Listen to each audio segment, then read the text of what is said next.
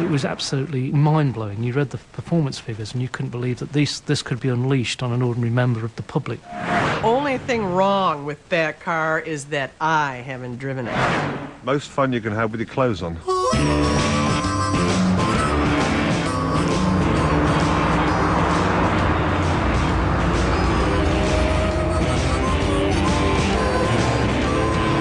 I love when a jet engine starts. And when you start an F1, that's pretty much as close as you get to it in a road car. You cannot explain to anyone what an F1 is like to drive unless you drive one. There's no other car out there which will prepare you for it. I backed it into a concrete wall at about 150 miles an hour in the Suzuka circuit. A very, very embarrassing moment. There are over 59 million people living in the UK, the home of McLaren. They have more than 24 million cars between them. The national speed limit is 70 miles per hour, and the average speed in London is 5 miles per hour. So what were Ron Dennis and his team thinking of when they designed this? The fastest road car on Earth. McLaren had a startlingly successful year in Formula One. You know, we've won everything there is to win this year. What do you think we should do next?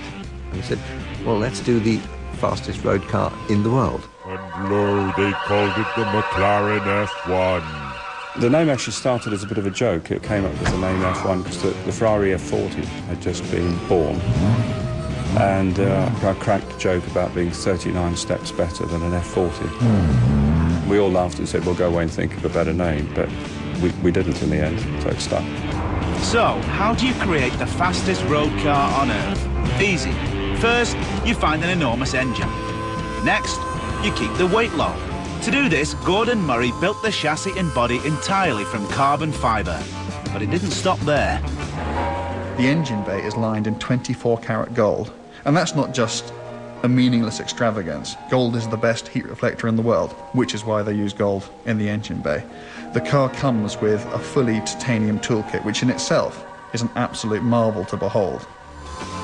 So you've reached your target weight and you have a huge V12 engine with 627 brake horsepower. You are now ready to break the world record for the fastest road car on Earth. All you need to do is find a place with no speed limits and a racing driver. But why this man, Andy Wallace? Possibly something to do with the fact that he's only the only one we could find that was brave enough to drive the car. Everything was fine until I got to around 230 miles an hour, something like that, and the car started to weave about a bit and use up quite a lot of road side to side. I could have made the decision to lift off, and I thought, wow, maybe it's not so bad if we go a bit quicker. Luckily for me, after about another 5 miles an hour, everything smoothed out and it was perfect.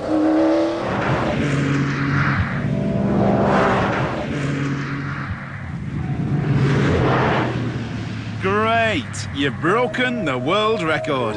But remember, you built this car in the UK, where driving at 241 miles per hour is 171 miles per hour over the national speed limit. But the McLaren is also the most practical supercar in the world.